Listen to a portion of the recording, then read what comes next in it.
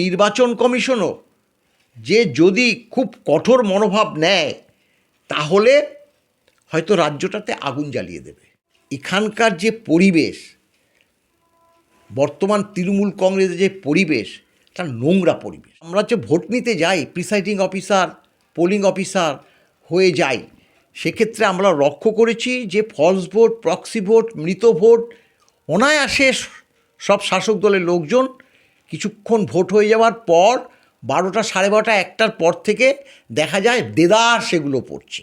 Vote বলতে যা বোঝায় ওই বুথের মধ্যে যদি করতে পারে নির্বাচন কমিশন, তাহলে কিন্তু তৃণমূল কংগ্রেসের বিপদ আছে। নির্বাচন কমিশনের আগে যারা ছিল তারা তো সরকারের হয়ে কাজ করত।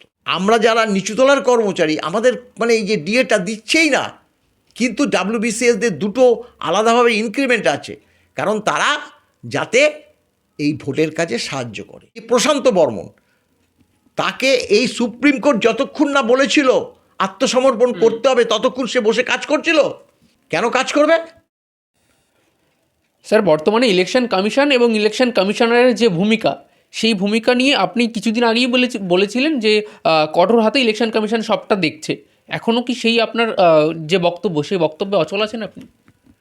নির্বাচন কমিশন যেভাবে এসআইআর করার কথা বলেছিল, এসআইআরটা সবাই চায়, একমাত্র শাসক দল ছাড়া প্রতিটি বিরোধী দল এবং সংগঠন তারা কিন্তু এসআইআরটা চায়। কেন চাইবে? আমরা তো বিশেষ করে যারা সরকারি কর্মচারী তারা তো অবশ্যই চাই, কারণ আমরা যে ভোট নিতে যাই, প্রিসাইডিং অফিসার, পোলিং অফিসার হয়ে যাই, সেক্ষেত্রে আমরা লক্ষ্য করেছি যে ফলস ভোট, প্রক্সি ভোট, মৃত ভোট অনায়াসে সব শাসক দলের লোকজন কিছুক্ষণ ভোট হয়ে যাওয়ার পর 12টা, 12:30, 1টার পর থেকে দেখা যায় দেদার সেগুলো পড়ছে। আর আমরা যেহেতু আমাদের পক্ষে তো তাদের সঙ্গে টাসেলে আমরা যেতে পারি না, কারণ তাদের যে চরিত্র, যেভাবে তারা ঢোকে, আমরা বাধ্য হই, সরকারি কর্মচারীরা বাধ্য হয়। আমরা তার জন্য বারবারই বলেছি যে বুথের ভিতর যাতে সিকিউরিটি দেওয়া হয়, কিউতে যাতে সিকিউরিটি দেওয়া হয়, যাদের আইডেন্টিটি কার্ড থাকবে না বা যাদের হাতে দেখা যাবে ইনডিলেবল ইঙ্কের দাগ আছে, সেটাকে মুছে ফেললেও কিন্তু অনেকটা বোঝা যায়, তখন সেই ধরনের ভোটারদেরকে বার করে দিতে হবে।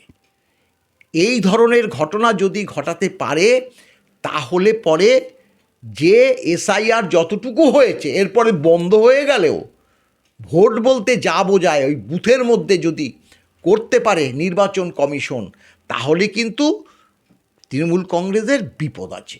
এখন আমরা লক্ষ্য করেছি যে নির্বাচন কমিশন যে ধরনের ঘটনাগুলোর কথা বলেছিল, সেগুলো কিন্তু কড়া হাতে দমন করতে পারেনি, যার জন্য এখনও দেখছি যে তারা খুব সাহসের সঙ্গে কাজগুলো করে যাচ্ছে। অনেক তৃণমূলী বিএলও আছে যারা সরকারকে সাহায্য করছে। এটা তো ক্রিয়েট করা, কারণ আমি তো প্রথমে পড়েছিলাম যে নির্বাচন কমিশন বলেছিল খোদ রাজ্য সরকারি কর্মচারীদের বিএলও করার কথা। যদি সব রাজ্য সরকারি কর্মচারীদের না দেওয়া যায়, তাহলে শিক্ষক সমাজ বলতে তো 11, 12 বা 9, 10 তারা আছে, সেটা না হলে বলেছিল প্রাইমারি স্কুল, প্রাইমারি টিচার।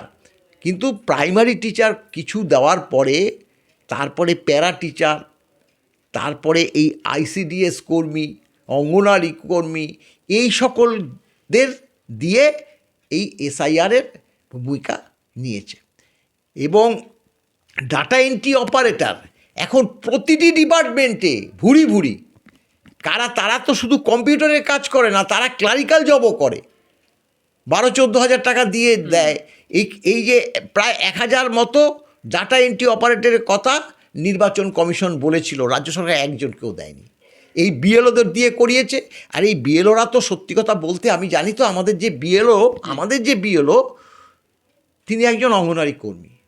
আমাকে বলছে, দাদা এই ব্যাপার আমার পক্ষে, আমার ছেলে, আমার হাজব্যান্ড, তারা আমাকে সাহায্য করছে, আমি এই ডাটা ফাটা অমুক হ্যান ত্যান আমি কিচ্ছু বুঝি না, আমাকে দিয়ে দিয়েছে, আমার তো ভয় করছে ঠিকমতো আমি কাজ করে উঠতে পারবো কি না, এই কথা। অর্থাৎ তার কোনো অভিজ্ঞতাই নেই। আর এই যে ট্রেনিং দেওয়া হয়, ট্রেনিং দিলেও তাদের যদি শিক্ষাগত যোগ্যতা যদি ঠিকমতো না থাকে, যে সকলভাবে ট্রেনিং দেবে সেটা তো বুঝে উঠতে পারবে না। সেই কারণে আজকে অনেক বিএলওই নাজেহাল হচ্ছে, এবং সত্যি কথা বলতে কী হবে, চাকরিটা চলে যাবে কি না তার জন্য আত্মহত্যার একটা প্রবণতা দেখা দিয়েছে। এটা ক্রিয়েট করেছে রাজ্য সরকারই ক্রিয়েট করেছে, মুখ্যমন্ত্রী বলেছে এই ব্যাপার। আর তারপরে WBCS এই যে এইআরও ইআরও, WBCS আইএস এসডিও এরা তো সত্যি কথা বলতে আমরা বরাবরই দেখেছি WBCS দিয়ে আবার অনেকগুলো পদ ক্রিয়েট করে তাদেরকে আরও ফেসিলিটিস দিচ্ছে। অর্থাৎ সামনে ইলেকশন, তাদের জন্য আরও নিচ থেকে যাদের WBCS পরীক্ষা দিয়ে যারা পাশ করে বসাচ্ছে তাদের ঢুকাচ্ছে 300-র মতো। অর্থাৎ আমরা যারা নিচুতলার কর্মচারী আমাদের মানে এই যে ডিএটা দিচ্ছেই না, কিন্তু WBCSদের দুটো আলাদাভাবে ইনক্রিমেন্ট আছে, কারণ তারা যাতে এই ভোটের কাজে সাহায্য করে। এই যে প্রশান্ত বর্মন, তাকে এই সুপ্রিম কোর্ট যতক্ষণ না বলেছিল আত্মসমর্পণ করতে হবে ততক্ষণ সে বসে কাজ করছিল। কেন কাজ করবে? তার সাকরেত 5 জনকে ধরেছে, কিন্তু ওকে ধরেনি। হাইকোর্ট বলেছে যে না, জামিন হবে না, তবুও সে ওখানে কাজ করছিল বসে। ডিএম জলপাইগুড়ি এর জন্য দায়ী। কেন তাকে স্যাক করেনি? ডিপার্টমেন্টাল প্রসিডিং হয়নি কেন? তার যে ভুরি ভুরি সম্পত্তি করেছে, কোথা থেকে তার ইনকামটা হয়েছে সেটা কেন দেখেনি? এখন বাধ্য হয়েছে, যেহেতু সর্বোচ্চ আদালত বলেছে আগামীকালের মধ্যে ধরা দিতে হবে, এবং ধরবে। এবং ওই একটা কথা বলেছে না, যে জামিন নেওয়ার যদি ইচ্ছা হয় সে অ্যাপ্লাই করতে পারবে, জামিন চাইবে এবং জামিন পাবে এই জামিন। ও কাউকে কেয়ার করে না, একদম 100% নিশ্চিত। বর্তমান যে মুখ্যমন্ত্রী যেভাবে সরকার চালাচ্ছে, ওই প্রশান্ত বর্মন একে 0 পাওয়া মানে টোটাল প্রথমে 0, তারপরে 13 পেয়েছে। 13 পেয়ে WBCS অফিসার শুধু হয়নি, হোম ডিস্ট্রিক্ট তার, সেখানে তাকে বদলি করেছে। এবং তিনি মাঝখানে এই SIR হওয়ার আগে deputy magistrate, deputy collector Raiganj, উত্তর দিনাজপুরে তার প্রমোশন হয়েছিল। সেটাও হঠাৎ করে আবার সেই রাজগঞ্জের বিডিও হিসাবেই তিনি কাজ করতে লাগছেন। মানে ওই প্রমোশন পর্যন্ত নেয়নি মানে কি, ওই পদে ওই হয়তো বেতন পাচ্ছে, কিন্তু তাকে ওই বিডিও ওখানে বসেই রেখে রাজগঞ্জে, জলপাইগুড়ি, যাতে এই ভোটের কাজে তাকে লাগানো যায়, এবং যেভাবে করে আর কি WBCS অফিসারদের দিয়ে সেই কাজে। এই তো চলছে।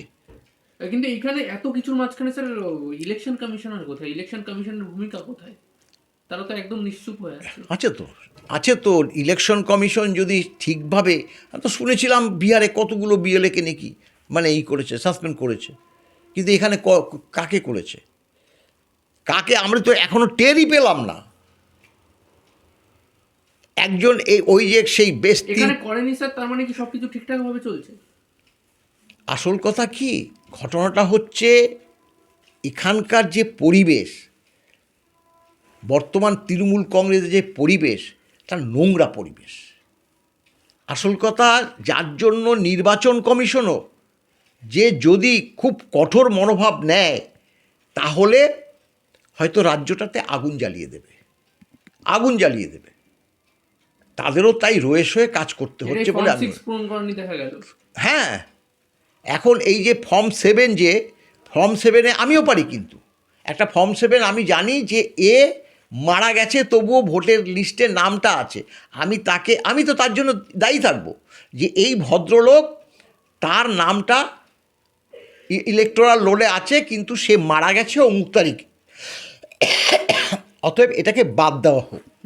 তার জন্য রাজনৈতিক দলগুলো সেটা খুঁজে খুঁজে বার করেছে। CPM তো প্রচুর আগেই দিয়েছিল, পুরো ডায়মন্ড হারবার ওই সাউথ 24 পরগনার একটাও কাজ করেনি। নির্বাচন কমিশনের আগে যারা ছিল তারা তো সরকারের হয়ে কাজ করত, কারণ এখানকার অফিসারদেরই তো এখানে মানে ওই CEO হিসাবে মানে নিয়োগ পায়।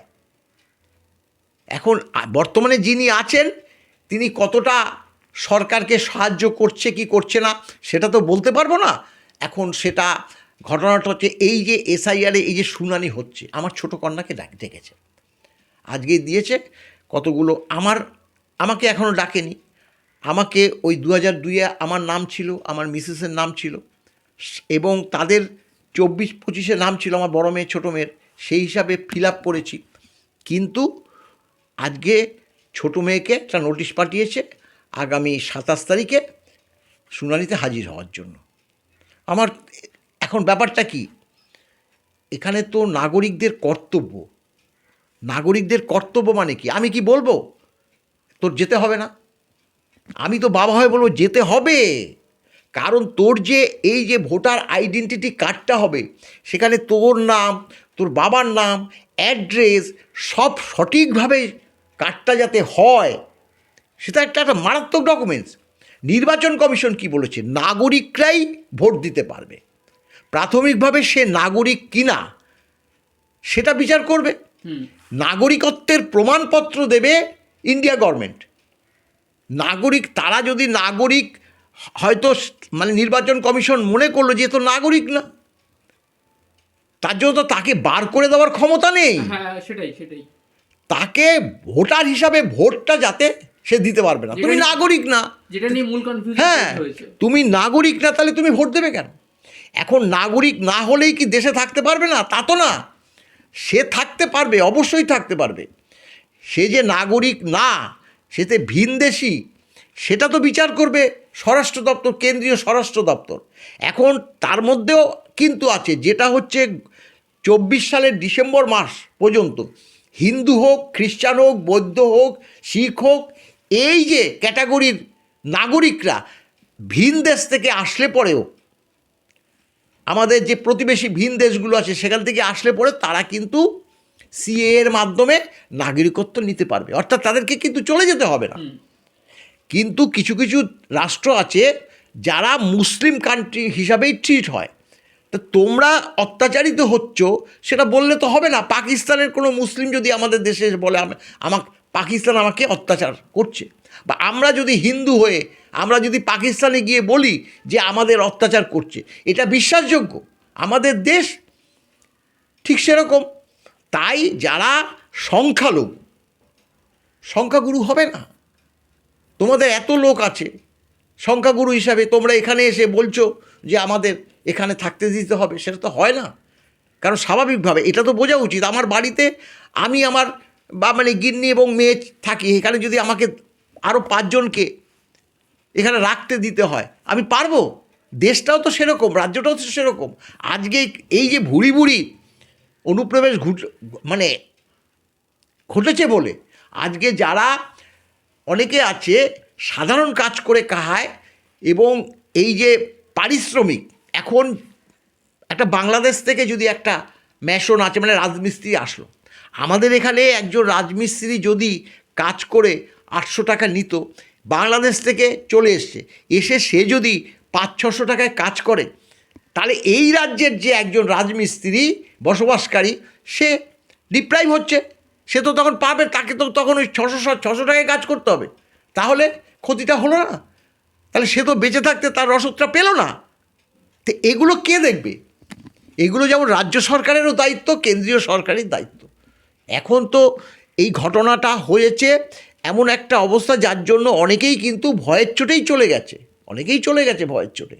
কিন্তু তথাপি আছে, এই এসআইআরের মাধ্যমে এইটা ধরা পড়বেই, কিন্তু সেটা করতে দিচ্ছে না, আতঙ্কে রয়েছে।